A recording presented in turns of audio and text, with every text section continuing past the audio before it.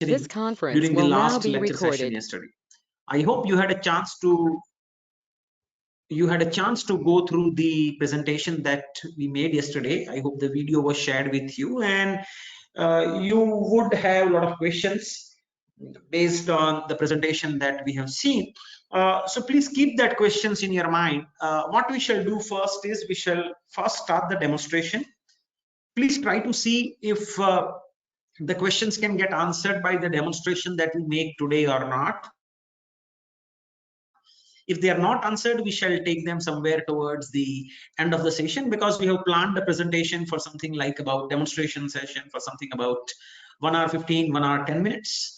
And then after 1 hour 10 minutes, we shall initiate the discussion related to the doubts. So again, welcome to the session.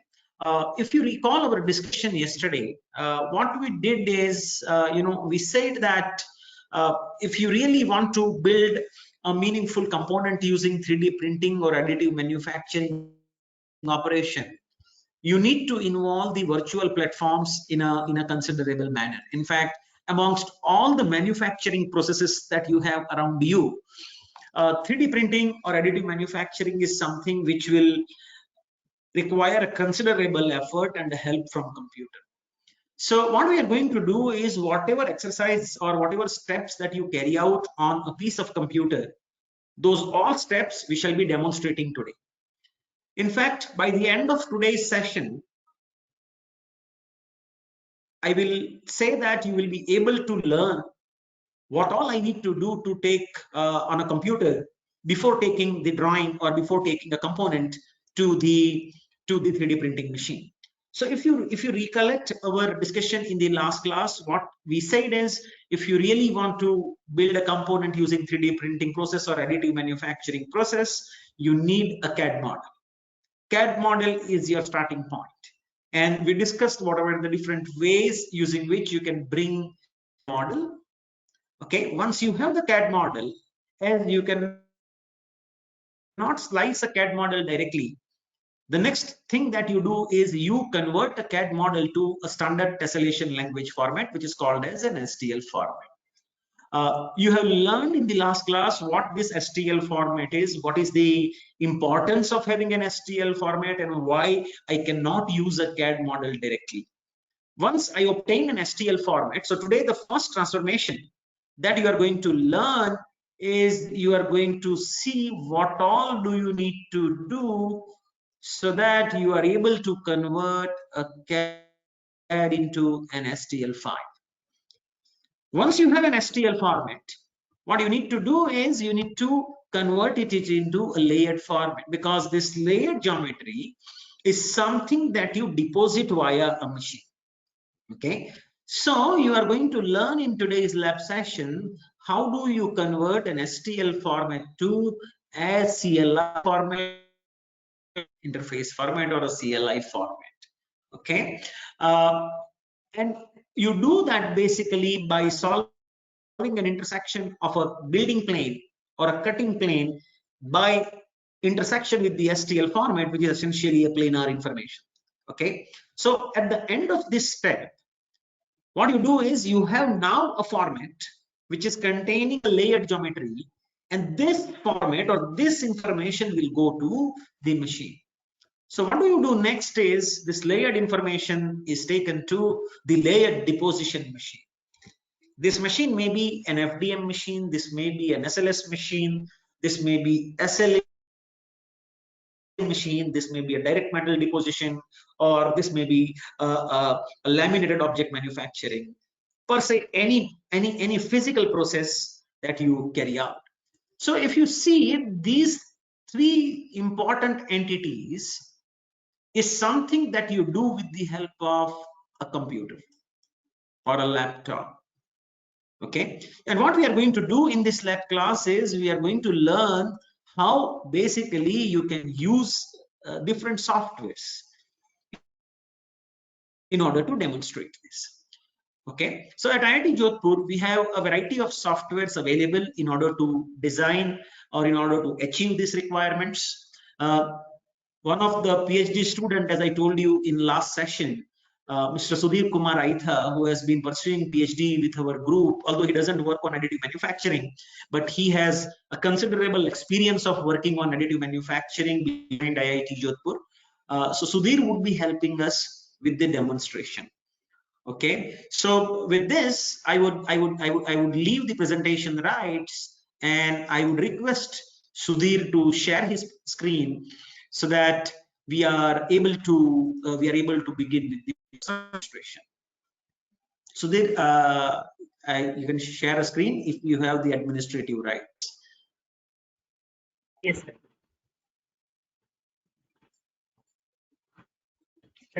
Yes. So yes, Sudhir, we are able to see your screen. You can put it on a full screen mode if it is possible. Okay. Yes. Yeah. So I think, as I said in the beginning, what you need is you need a platform on which you have a CAD model. Now there are a variety of platforms available to develop a CAD model, starting from a simple version like Autodesk Inventor, or you might have SolidWorks, you might have Creo, you might have CATIA. Per se, there are many softwares available. Now, what this CAD softwares allow you to do, it allows you to transform your physical information into a virtual information which is understood by a computer. So this different CAD software allow you to build a three-dimensional representation of the component that is in your mind. Okay, for the sake of understanding and demonstration, we are going to take two simple cases. One is a case of a cuboid, and second is a case of a sphere. So one is a completely flat geometry. It does not have any curved surfaces. Meanwhile, sphere is a beautiful geometry that does not have any flat surfaces. So we have taken two extremes, and you can basically generate a combination of a flat and a cylindrical, a curved surface, depending on the application that you may have. So in this demonstration, we are going to take two geometries. Our understanding over here is everybody knows how to build a CAD model using a solid model. So we are not going to discuss how a CAD model is built. We are presuming that you know how to build a CAD model, and that CAD model is readily available to you. So Sudhir, if the CAD model is available to you, then you store it somewhere in a computer, and from there you need to load it into the software. Okay, so what Sudhir would demonstrate first is, say for an example, if I have a model of a cuboid, I already made it or somebody gave it to me, then how do I bring it into the software? So you say you open, you might have stored it somewhere in the system. So you will open up that and you will load it into the system. So you have that model, and you can see this is something that you already have built. So it's a pretty simple thing. You can build it on your own. Somebody who teaches you CAD, or if you know CAD, then you would have learned this. Now, what do you do first is this cuboid. If you look at the computer, as we discussed in the last class, would be storing this information in the form of edges, vertices, and faces. So this cuboid per se has, six faces, okay, 8 vertices, and 12 edges. Okay, and what do you want to do is you want to convert it into a combination of triangles which are containing the surface of a cylinder. And when you convert it into a set of triangles using the approaches that I named in last discussion session, we said that you can either use Delaunay triangulation, or you can use a Voronoi diagram. There are a variety of approaches available in order to do that. The software would have adopted any one of the approach. In fact, the software like SolidWorks, the software like Creo, or even Autodesk Inventor gives you a flexibility of converting the flexibility of converting a 3D model, which is there in the form of a CAD model, into a triangulated or a tessellated model. So what Sudhir would demonstrate you, please focus on this. My first step is to convert 3D model information into a triangular information, right? So because that is what is a standard as per the discussion that we had in the last class. So what you have to do is you can click on the file which is seen on the top left corner, and then you can go into a save as option. This is a very simple approach. It is something like you are converting a PDF file to a Word file, so it is just conversion of from one format to the other format. If you look at, don't click on a save option, you have to click it on a save as option, because you want to save it from one format to the other format. Somebody at a backend has already written a code. A SolidWorks developer already has a code to convert it to a triangulated information. Please understand that. So some of the enthusiasts who are working in 3D printing employed with SolidWorks have already done this job years ago. Okay. So now when you look at a SolidWorks file, SolidWorks stores the file in form of either a .prt format or .sld format, which shows that it is a solid part, and then you can convert it into SOAPs. Okay. The format of our interest is STL. Okay, so you can look at an STL format. So this is called as a standard tessellation language format. You can click on STL, just STL. So that you can just click on STL. So now it is going to save it into an STL file. Just don't click it into, just don't click save. But before you do that, you would like to have a control on the parameters. So when you generate an STL file, you have a control on few parameters that you can obtain via options tab. So there is an icon called as option. When you click on that, it will open another window for you.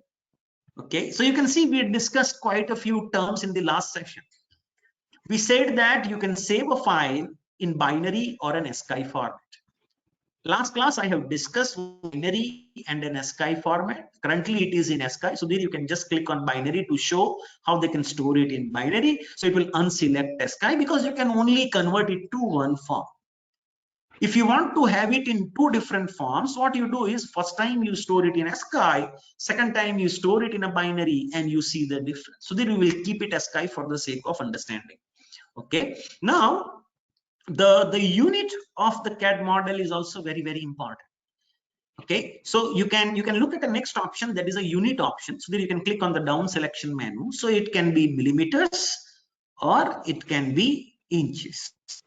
Okay, or it can be in centimeters, it can be in meters, it can be in feet. So you can select the unit of your option. The reason, when you build a model, you build a model using numbers only. The system is not knowing whether the model is built in centimeters, millimeters, kilometers, inches, or feet, because they are just the numbers.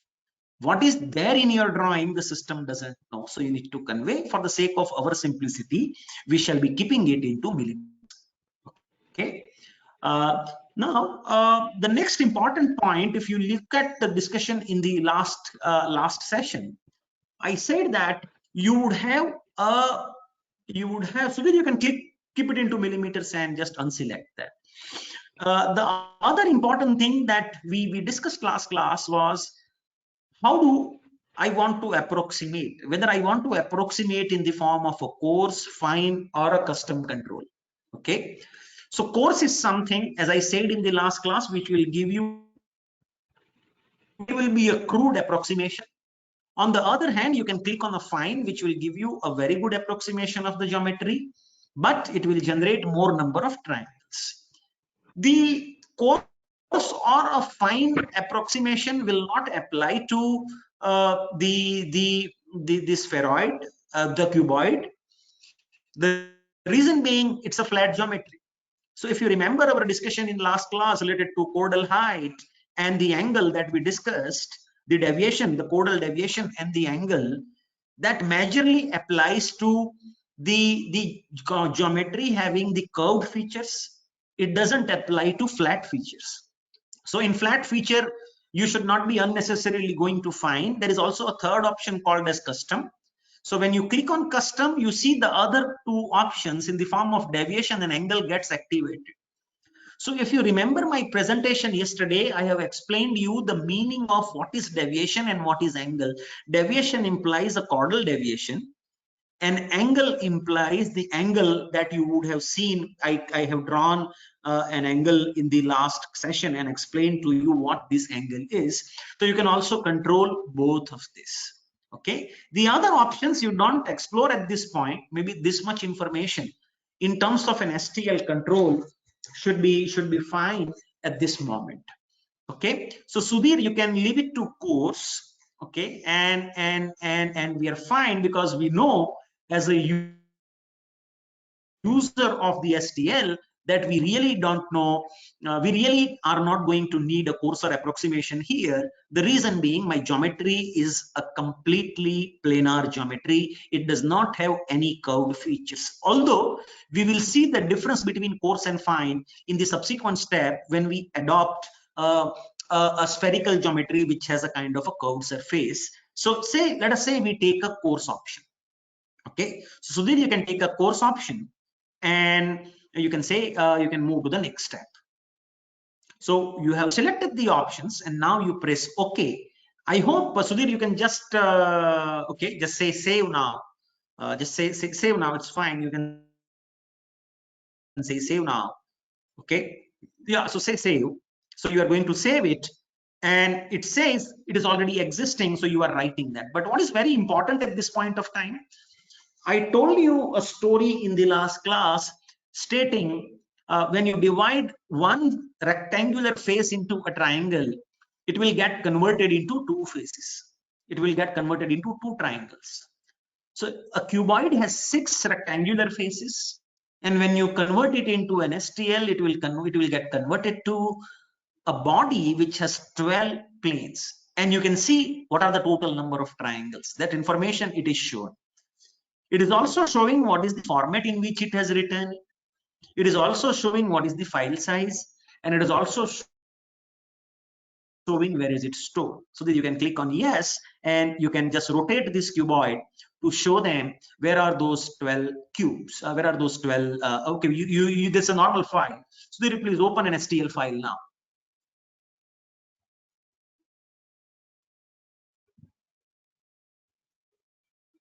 So now he has already stored a file with an STL.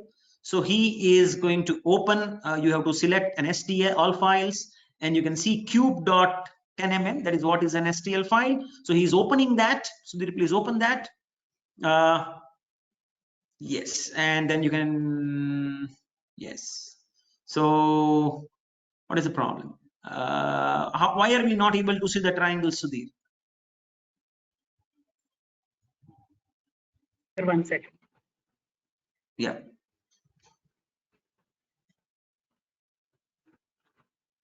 But rather, I will open it in Excel.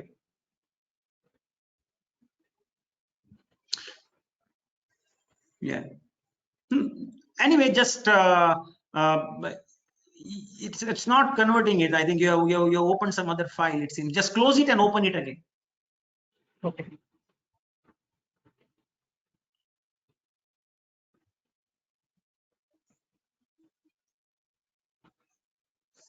Yeah, you can also close this. Close this one also, and just open an STL. Yes.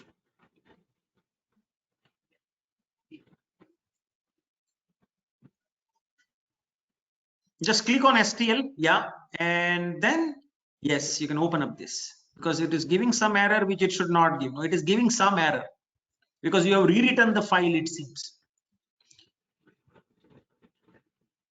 Yes, sir. Sir, I will save it again.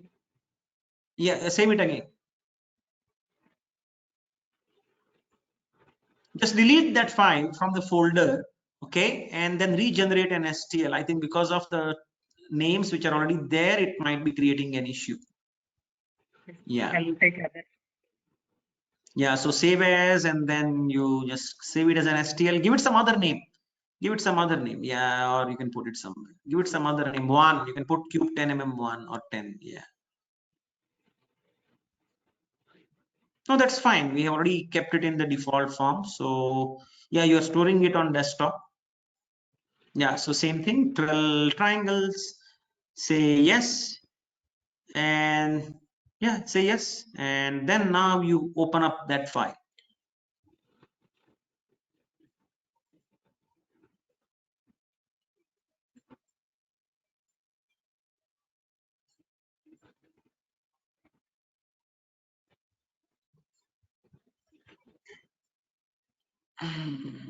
Say run the diagnostics. So it says no faulty face or remain in the geometry. That's correct. But why is it not demonstrating that? Okay.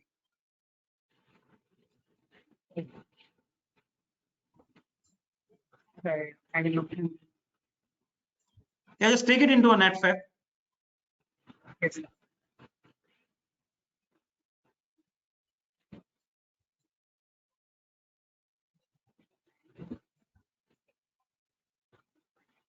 No, it's not coming here too.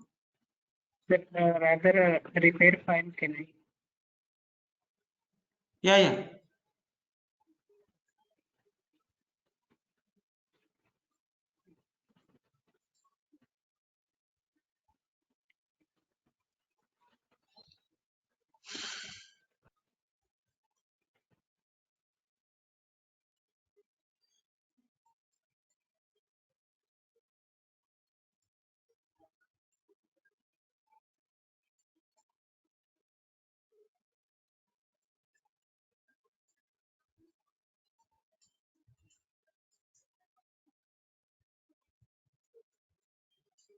Sir, can I open a repair file? So, Yeah.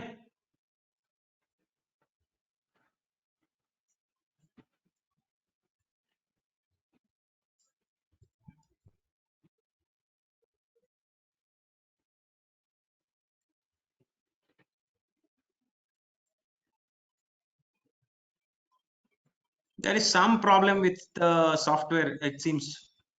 it is. But why are we not able to see the triangles? I told you to put it in this wireframe, no? When Yes, sir. Yes. I discussed it in my office, I showed you. Yeah, where is that? But I have captured it. Why is the view not coming in form of a wireframe?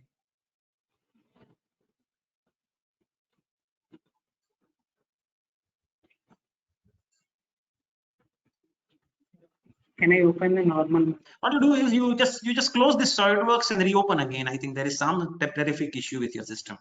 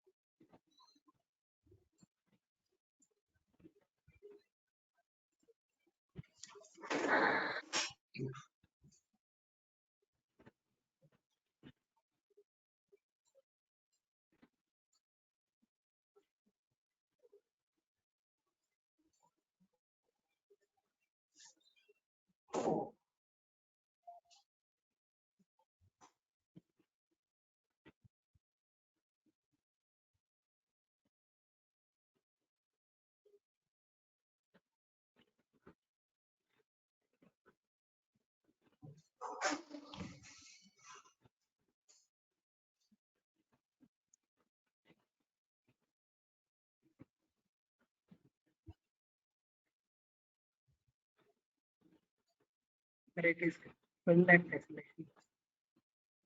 Yeah. Okay. So you just rotate this cuboid.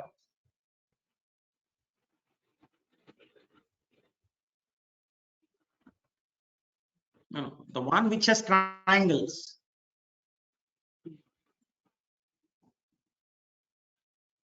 This doesn't have triangles. No, this is the original file. What have you done?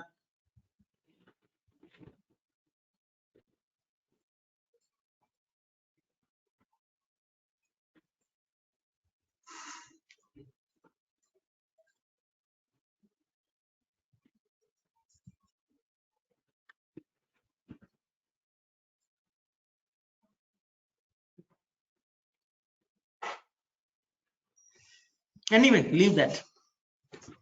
So I think you have appreciated. I think there is some problem at Sudhir's end. He is unable to show you those triangles which it has generated. But you can presume that it has converted it to an STL file, and this is stored in the form of an STL information. Okay, the cuboid is a simple example. You have converted it into a 12 set of cuboids, but we shall repeat this into a slightly complicated geometry, which is a sphere, which does not have. Begin with the CAD modeling of a sphere, and then you already have a CAD model of a sphere, and then you are trying to bring it into this, and then converting into an STL file using the same process. So that you can close this and get a sphere into the software.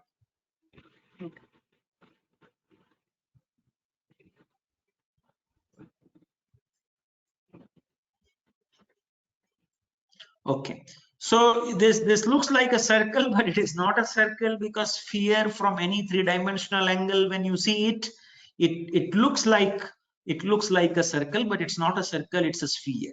Okay, so what you have to do, you have to click on a file, go to save as, and then upon saving as, you can save it as an STL.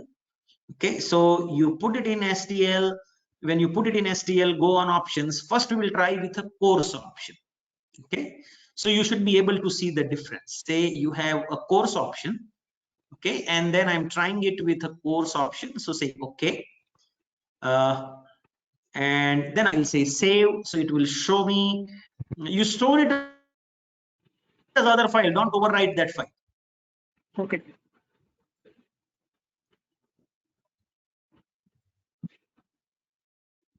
So you have given it some name, and then say save.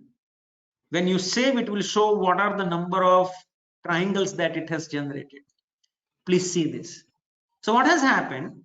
It has divided it into a set of triangular segments. So you can say yes, and then you can see that there are about 2,352 triangular segments. You can say yes, and then you can again start saving it in some other form. I think it has disappeared because it is going back to the old form. It has already saved it in some file.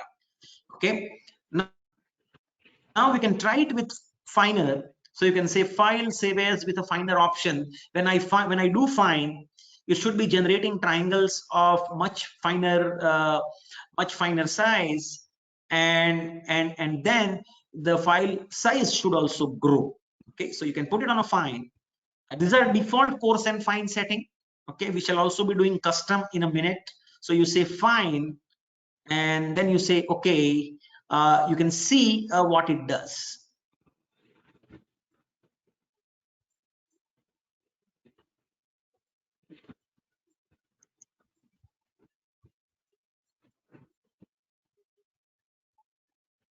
Yeah, you can see it has almost doubled, and the accuracy of object representation increased. You can even find you can even take it to much finer setting using the custom setting. So say for an example, you can say yes. Okay, then it will store it as another file, and the information would be available. We can try a third option, Sudhir, one more time for the benefit of people using custom. So you can go in STL, go in STL and try in terms of options, go to custom, and then you can see you just do that. So you are putting a larger deviation. Just do the larger deviation. take a very large, reasonably large deviation. Say, no, reasonably large, most coarse. Take it to a very, very coarse. Yeah, so this is the worst, and take it on the right hand side. You can see the tolerance is improving. You can see 0.01, 0.001, and then eventually the best value that possibly you can get is 0.0008. Okay, so let us say we take two extremes. So they just show them, we don't save it, we'll just show them the final file that is getting generated. So don't touch the angle. Angle will confuse them in this case. Angle will be easier to demonstrate in case of a cylinder, not in case of a sphere. So just put a tolerance, say okay, say okay, then say save. Yeah, just put it on a fine, no problem. Just put it on F, same. Now you can keep overwriting the same file because you will not be using them. So give it some name. You can see the number of triangles from 6,000 has now become 57,000. Now you have approximated a cube very nicely over here, but the problem is my machine may not be able to produce this. So should I tessellate it? The answer for this possibly may be no. Okay, so it is the trade-off that you make between what your machine can produce. Your software will generate anything because it is not supposed to produce that. What is supposed to produce a physical object is a machine, and a virtual environment like this just allows you to approximate it to what best abilities you can approximate. In other words, I can say that I set the value to 0.0008, that was about 0.8 microns. So the codal deviation between the actual object and an approximate object over here is 0.8 microns, and your 3D printing machines usually cannot produce this. So this is what best you can afford with the printer. Okay, so then you don't save it and then you go to the most coarser option. They should be able to see the difference. Let's quickly demonstrate this and close this here.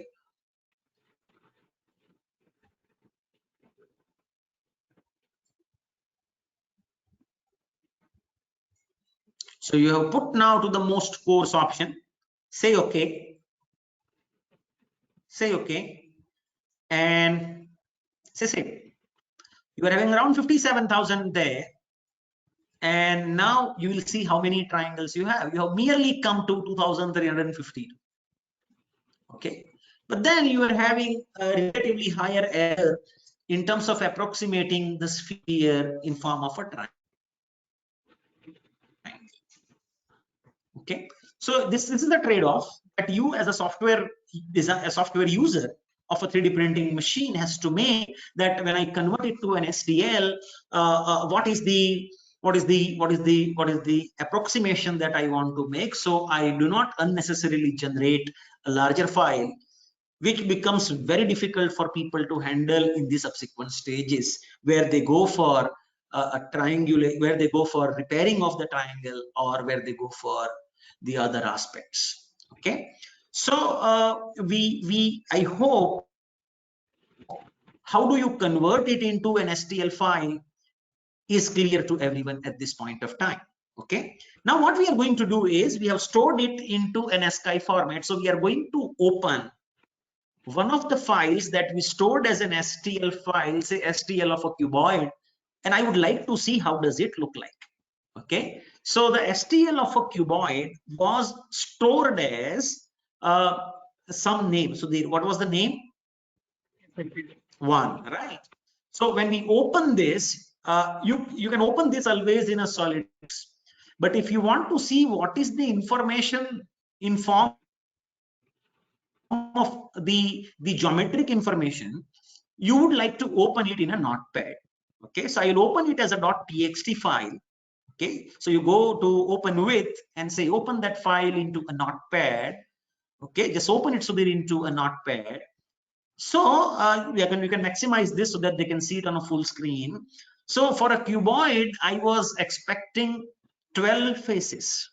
Okay, so those face information are in form of facet, okay, as I discussed in last class, and each facet will have 3 vertices because each facet is a triangle and one normal, and it was written in a certain format. You can see facet, normal, this is for the first facet, normal, what are the nx, ny, nz component that you are seeing, and in terms of a vertex, you are seeing vertex 1, vertex 2, vertex 3, and x, y, z coordinates in form of vx1, vy1, vz1, vx2, vy2, vz2, vx3, vy3, vz3, and so that you can shade the first loop, which shows that that is an information containing to one face, starting from end facet to the facet.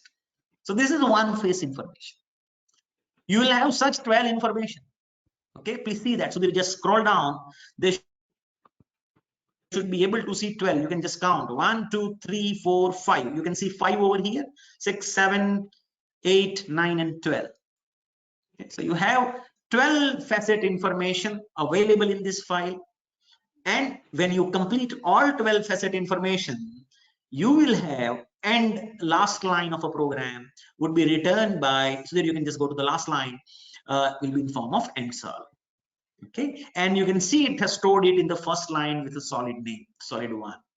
Okay, so this is end solid is the last line of a program, last line of the information, and then so that you go to the first line. So first line should show them the solid. This is exactly similar to what I discussed in the last class.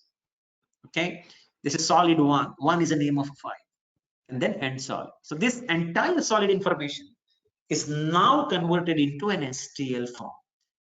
Basically, these are planes. These are 12 planes which are composing a cuboid together. This is the tessellated information, tessellated, triangulated information of the cuboid. This is in ASCII form. Similarly, you can also generate a binary format. So then you can open up a file for a cuboid to show how big the information is and how complicated it looks. Similarly. So just open one of the file. Not for this. You already have information, no? Why are you doing that? You already have STL information. Sir, for, you already have that, no? It is already stored. No. Why are you opening? Not open here. Open that cube sphere in a TXT.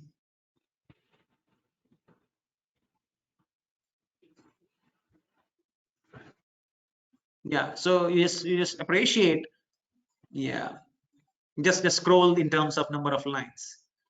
So you can just look at the size of a bar that he's trying to scroll. Just show them the right hand side bar, the size of a right hand side bar. Yes, you will appreciate how complicated the information goes with the complex geometry. And this is what your next software is going to handle. Okay. This is what your next software is going to handle. I hope it is clear what I'm trying to say. And then it has an end solid, so it always ends with end facet and end solid. End facet is end of a face, end solid is end of solid. We shall take a pause here, so that we can take a pause here, Dr. Chaudhary, and we would like to know, in case if students have any doubt, we would like to take it at this point of time.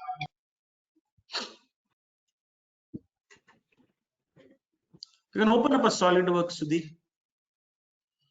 If anyone has any questions at this point of time, please feel free to ask, because we are now going to a slightly complicated part, a slightly complicated step.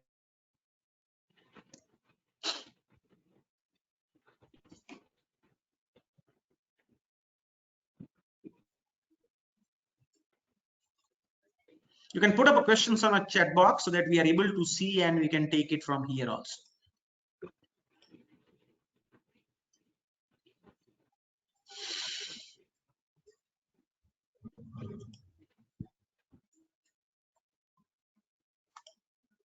Okay, there are no questions on the chat box, so let's move forward, Sudhir, to the next part of the presentation. See, there are certain objects, when you approximate them, what will happen? I discussed this aspect in the last session, where I said that certain triangles may be missing, or the STL file, because of improper tessellation, might contain some errors because it is so complicated shape that you really are unable to tessellate it effectively. And as a result of inefficient tessellation, what happened is, you were not able to get a good quality STL file. Okay, so what we are going to do is we are going to show you a artificially generated tessellated file. So what are we doing is so that you can open up that disturbed STL file. So what we have done to demonstrate this is we have deleted the one of the triangle information from the STL file. So this is what has been done intentionally, so that I know I am introducing a known error, okay, and then I have to correct that error. So you can see this is a tessellated information of a sphere, so that you can just zoom it. Okay, you can see there are very fine triangles which you can clearly see. And what we try to do is we have taken one triangle out of this intentionally. Okay, how we did it, don't worry. I mean, for you, what is important is you want a component with some error. Now, if you recall my discussion yesterday, if you use this particular geometry while generating the layered information, you will have the problem of stray scan. The tool path will literally go out of the object because it is unable to get a closed contour. Okay, because it is a solid with a puncture, or it is a solid with a hole, or it is a solid with unnecessarily missing a face. So this is an error. Because it is a simple object, you are not supposed to get it very commonly in a simple object.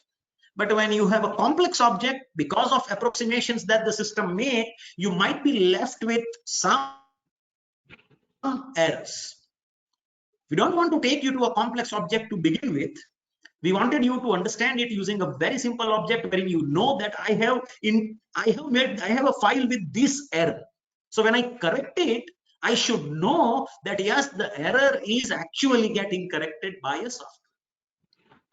So any complex object, you bring it into a SolidWorks, you do the tessellation, and now you need a software which tells you whether the tessellated file is complete in all respect or not, or alternatively, I can make a statement, it is not having any errors.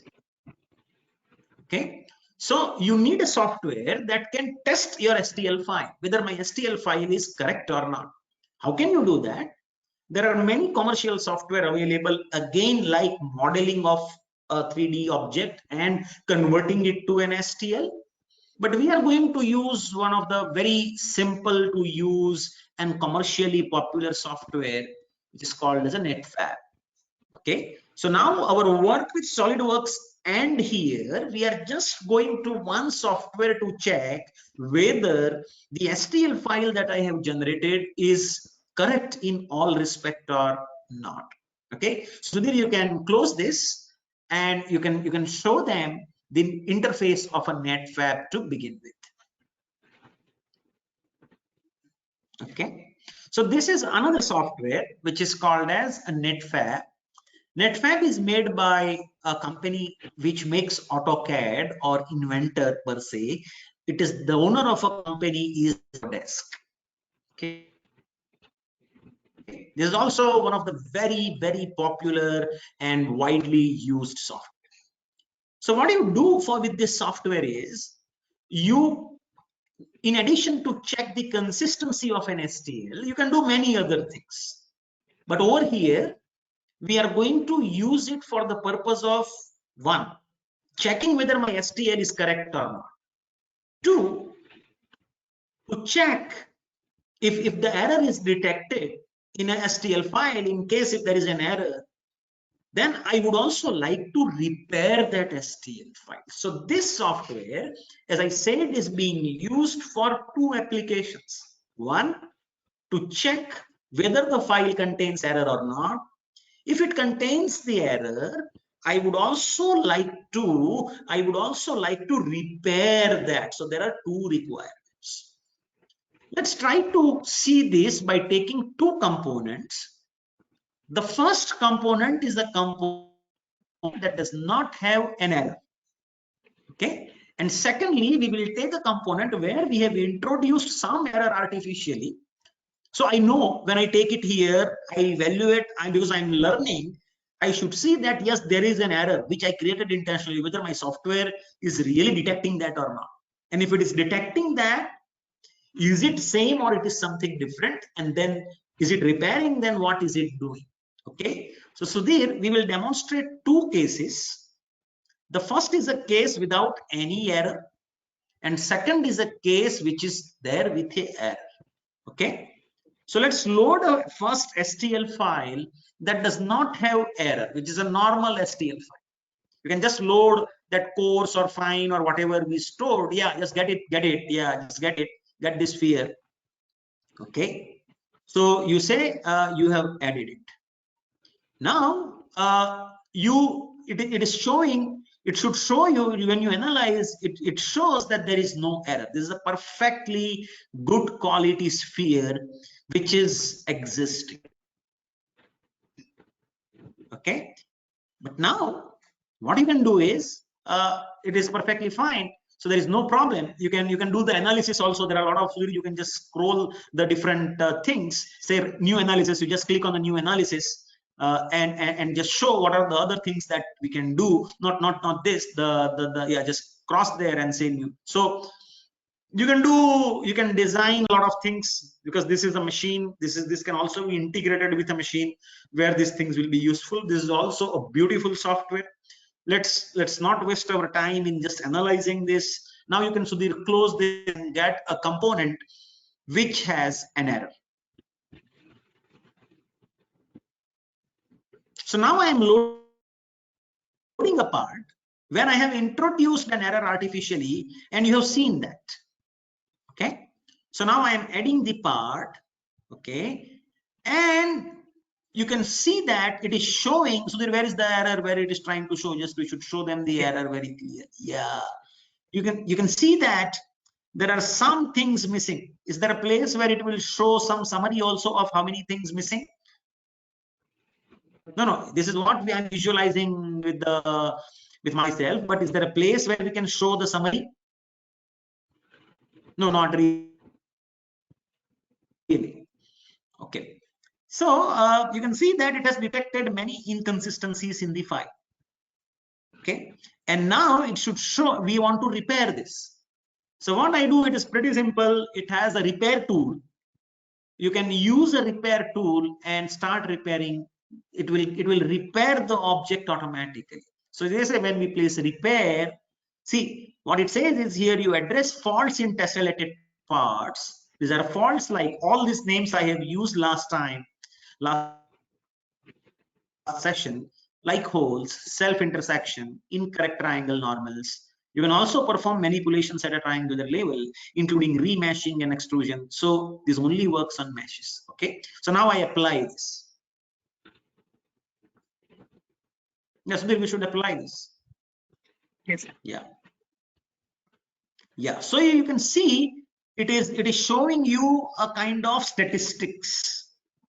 Okay. It is showing how many edges it has, how many border edges it has, how many shells, how many holes it has. Now you just have a very nice auto tool.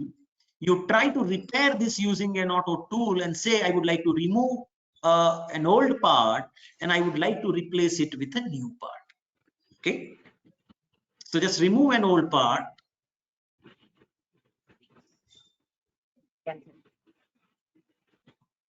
Yeah. Yes.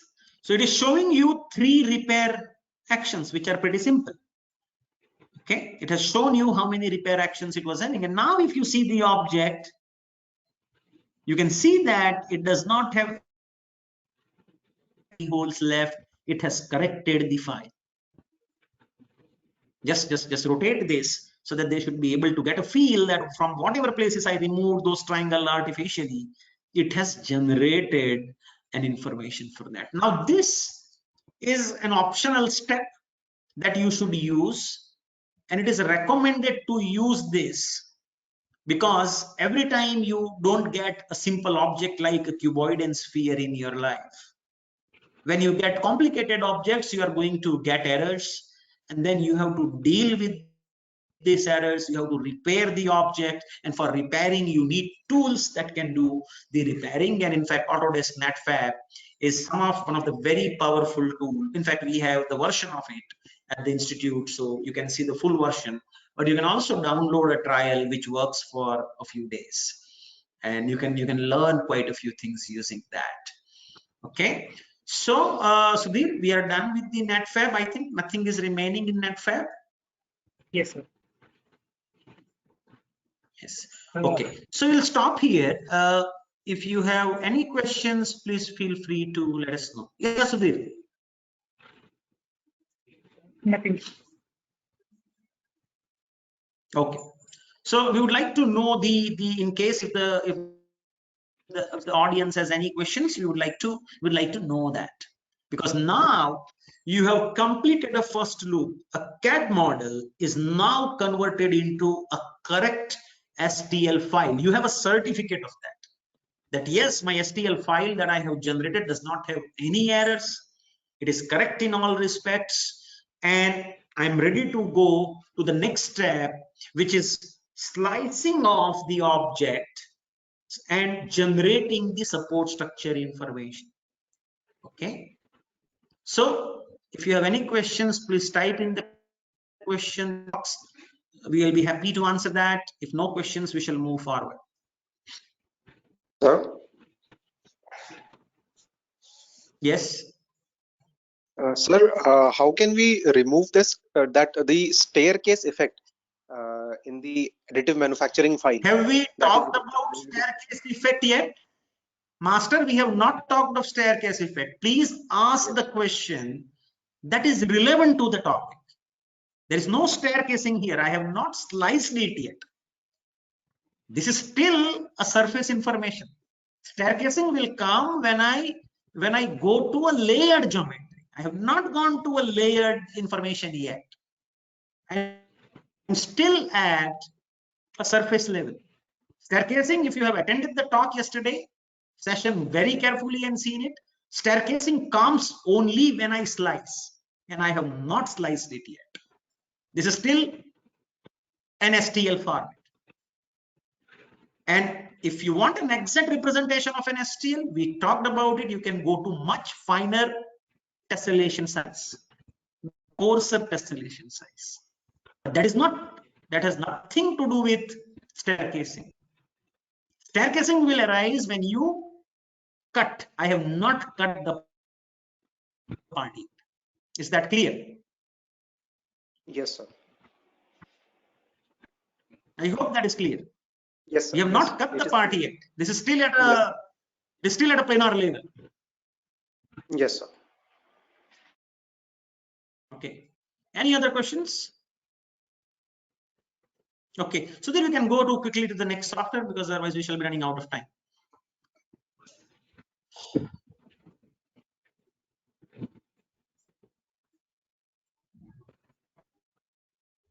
Yeah. So now, once you have a good quality STL file, which is a certified file that I don't have any errors, many machine manufacturers give their own software. Say if you go to Stratasys gives you their software. If you go to 3D systems give you their software. If you go to SLS or EOSint, it gives you their software.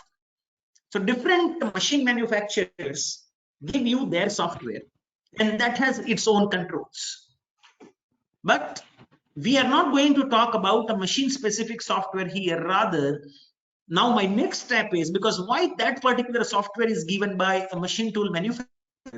The reason being, they would like you to generate an information which is compatible with the machine. And the input to that software which comes with a machine is a good quality STL file. If you take an erroneous STL file to the slicer, the software which is going to cut the object into slices, then it is going to generate an error if the file quality is not good, because it says this many triangles information is missing. So now you have to come back to a thing like netfab. So why do we recommend usage of a netfab in between? So that when you give the file to a machine tool machine builder, you actually give him a file which does not have any faults. Now we are talking about a software which is rather a kind of an open source. Anybody can use it, and it has a capability to generate a lot of information. It has capability to generate a lot of information which is compatible to many machines. The software is a netfab, okay, sorry, flash print, okay, and this is where you can input an STL file. You can expect a similar software with the machine also. Stratasys comes with their own software. 3D print comes with their own software, but we are taking a software which you all can use, download, and practice and manipulate. Okay, but what you have to give as an input to this software is an STL file that does not have any errors. So let us say now we get a file into this which does not have an error. Let's say Sudhir will load the sphere file to paucity of a time. We are not going to build a cuboid.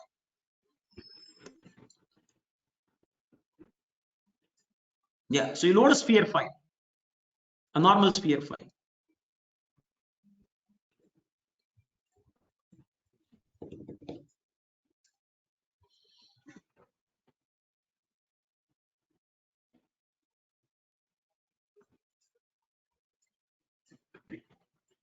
Yeah, so you can see that the good quality sphere file has now entered into a platform which is going to create slicing for you.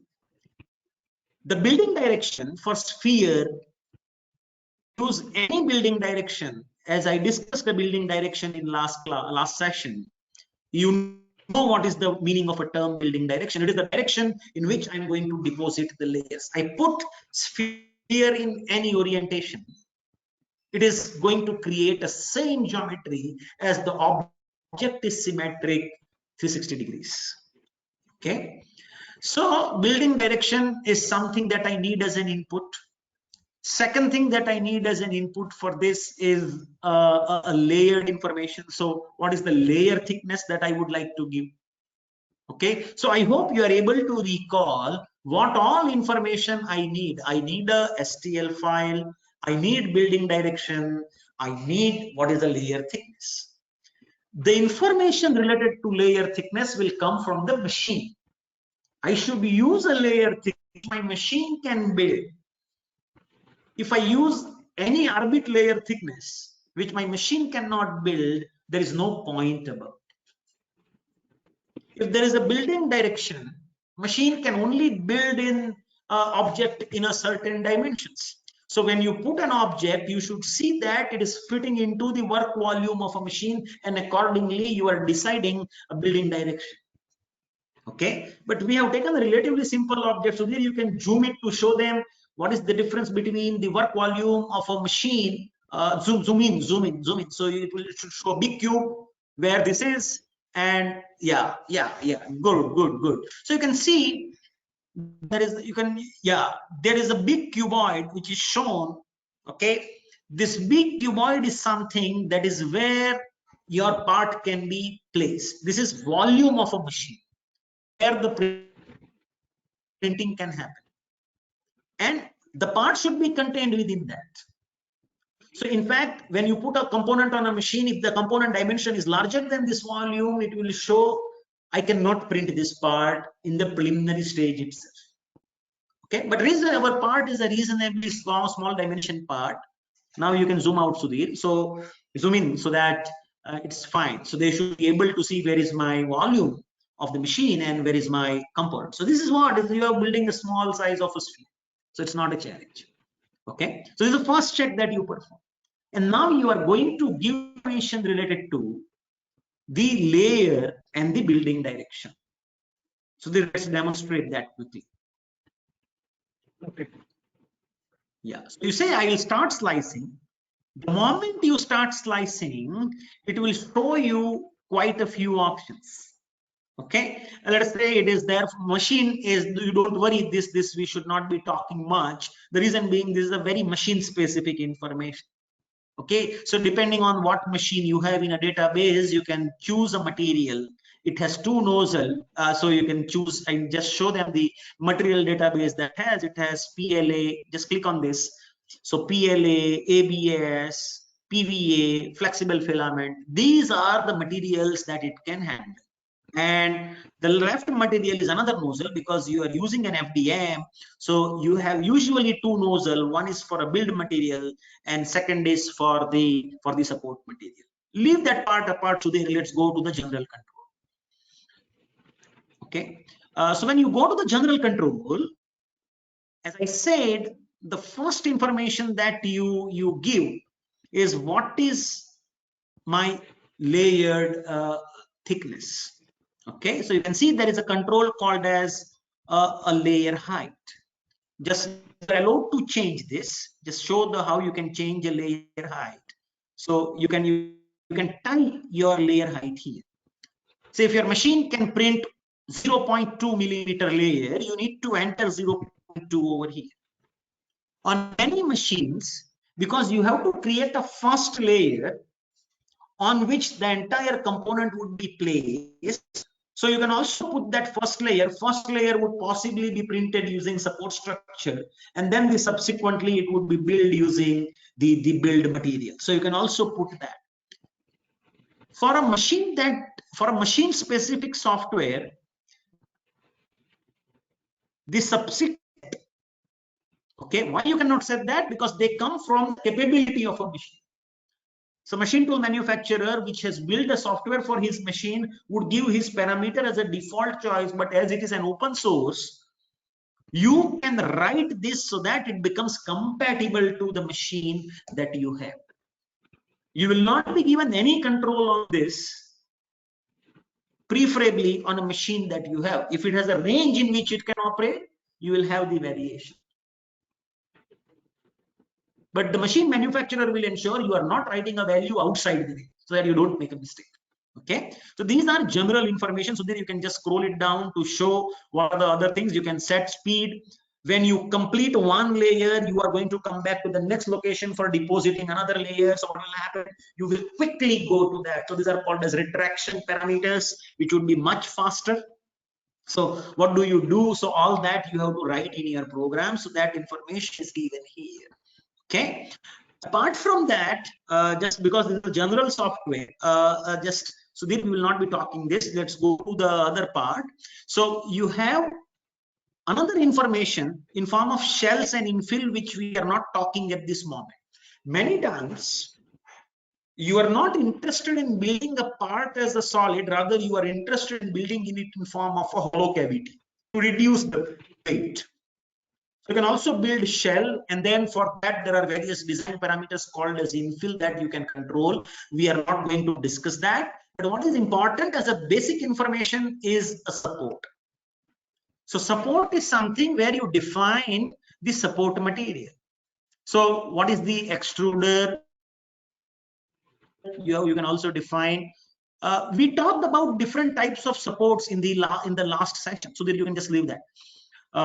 We can talk about different types of support. So if you look at linear, tree-like, I have shown a tree-like. We shall show you the difference between linear and tree-like when we demonstrate using two different options. At least you will be able to feel what are different support structure arrangements that you can have, because support structure is something that you put extra. So you need a lot of material saving on that, and you can do material saving by choosing for what work material, what kind of support structure would make a good choice. Okay, so at least let us say we define here the other parameters like raft, addition, cooling, and advanced. We will not be touching because we will have a paucity of a time, so we shall not be touching that. Let's talk about this minimum parameters and continue. You can choose linear, Sudhir, at this point. Okay, and then it is fine. Speed and all you don't touch. This is to be compatible with the machine. Okay, so once you have given this basic information, okay, you will say slice. So it will start cutting. Okay, and you can see when he clicks on slice, you can see slice preview. So it will show you how your component is going to look like. So based on this particular information, you can see that it has built, so that you can just rotate this for them to appreciate upon, keep rotating this for them to appreciate upon what it is trying to do. Okay, it has not still generated the support structure. Okay. Okay, now somebody was asking about a staircasing. So you can see, so that you can just zoom it further.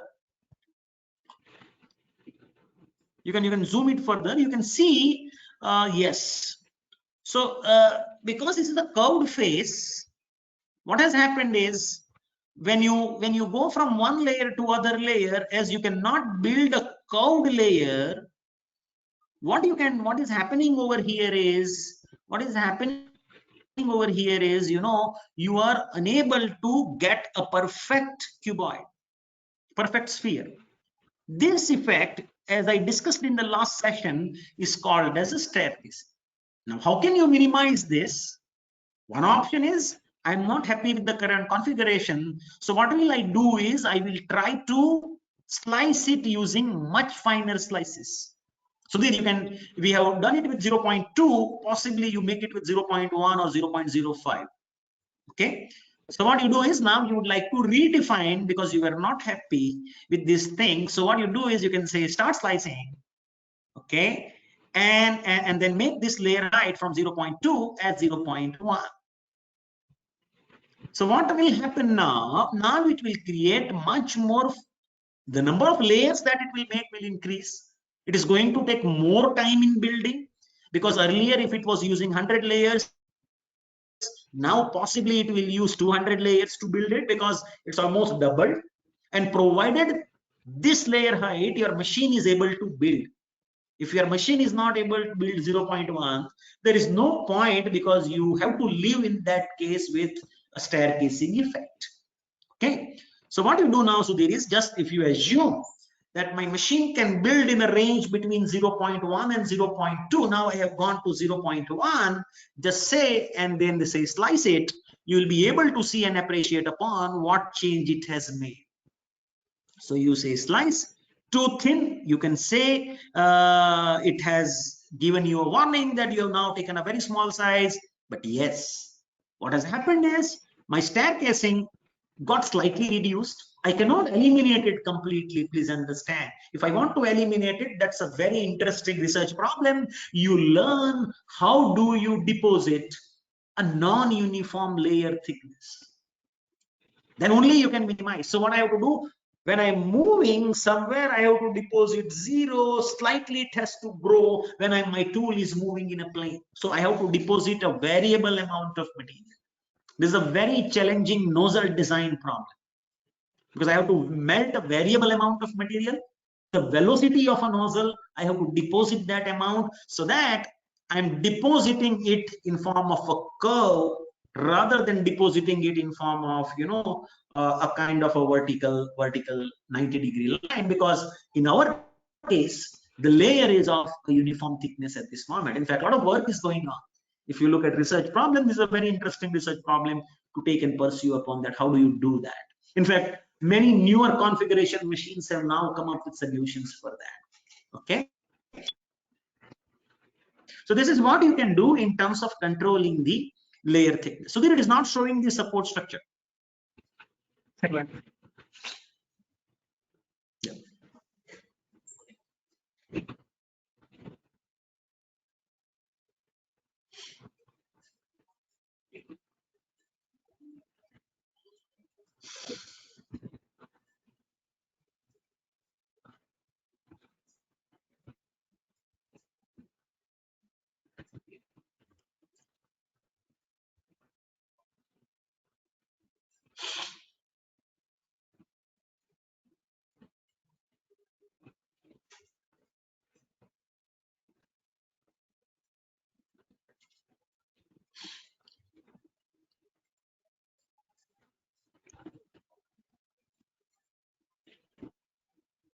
Take it slightly up.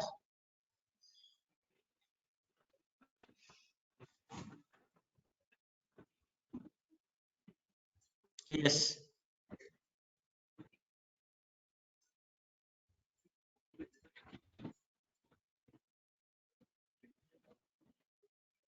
Yeah.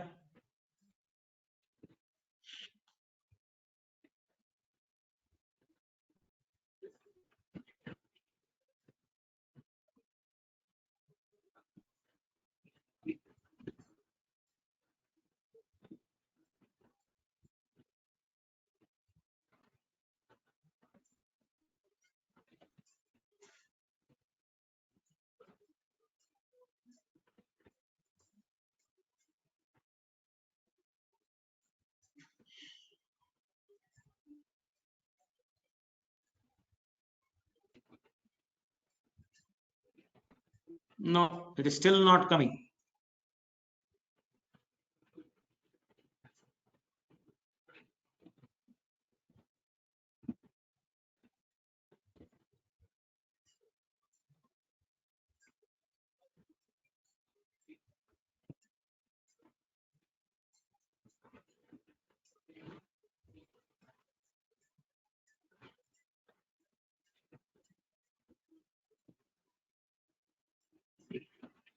I don't know, it is not showing the support structure. It has generated the information, but it is not showing.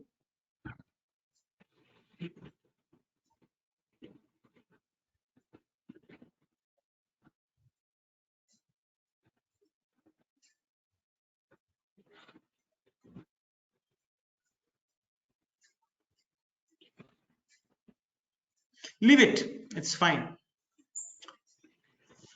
So this is just still a virtual simulation. Okay. What you do is you store this in the form of a code which will go to the machine, which will run the machine. So once you are happy with all these settings that you carried out, okay, you need to export the information for the machine.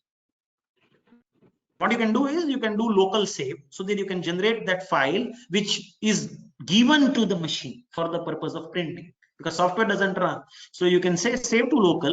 You can also send it to printer, because printer, if this system is connected to the printer, you can send it to printer will start working. But if you want to just store it locally, you can just store it in form of .gx file.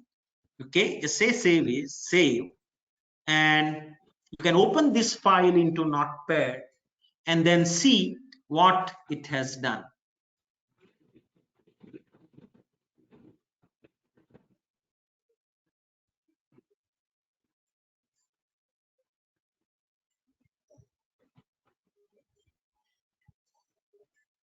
Yeah. So leave those initial characters as is. Initial part, which is written with semicolon at the beginning, is relate the basic information. Okay, you can see what layer height you use, what perimeter shells you use. This is all required because your machine, this is all what you need, because when you send it to the machine, the operator needs to know. Okay, and then you can see the remaining information from the start G code. Beyond that, whatever is written, they are called as G code and M code. This is something similar to your CNC program. This is something that is used in order to move the machine, the torch. Okay, because either a torch would move or the table would move. So this information will actually be used to run the machine. And you can see actually it has put a layer count also. So layer count 148, and this just whatever is written in semicolon, that file is something that the machine controller is not going to read. It is just going to use for you to improve your readability. Yes, this is what is a line. So then you can go to the you can go to the other column where you can say support. So you can see it is building support start. So at that point of time, it would switch on the support nozzle. The code for that possibly would be M106. So M106 is something which will tell the support nozzle that please start depositing the material How it is going to deposit the material is written in form of G1, G1Z9 6.0 and supported. So it's going to build the component in this particular manner. So this is a file which goes to the machine in order to build a layered information. Okay, and this code is for a fuse deposition model. Similarly, you have to have another code for another machine, but most of the codes look similar because this G code information is standardized. Okay, so this is how you can generate a code for the machine. And this code is used by the machine while building the part. Okay, so this completes our discussion related to the demonstration of whatever steps we discussed in last session and how you can create or manipulate the CAD model before giving it to the machine. So in case if you have any questions, please feel free to ask at this point of time. Otherwise, we can close the session.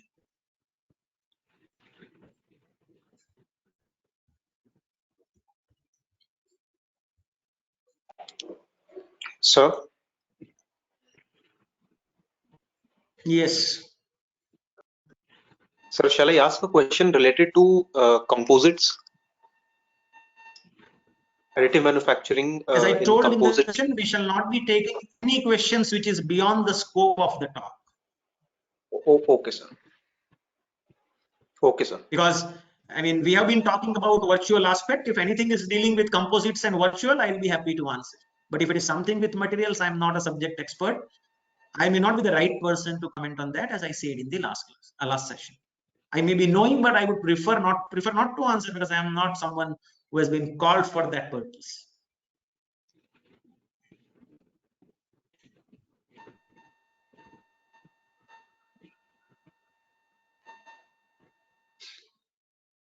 Any other query from the participants?